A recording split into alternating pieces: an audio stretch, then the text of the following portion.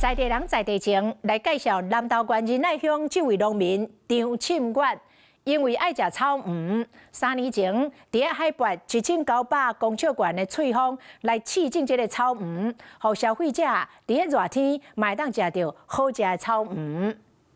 一起画画，它的果子都会比较大。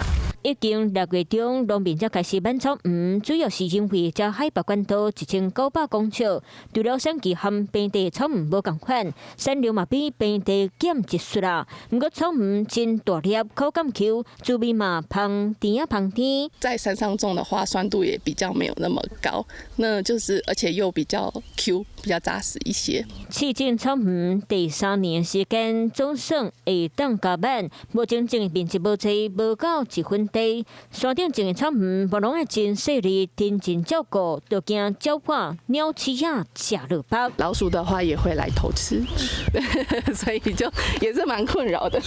仁爱乡内目前种高山草鱼生产的农民大概有7位，虽然只是起步阶段，不过农民对进州拢真有信心。Hello， 我是张新文。想要抢先掌握最及时的新闻资讯吗？赶快订阅、按赞、开启小铃铛，锁定华视新闻 YouTube 频道。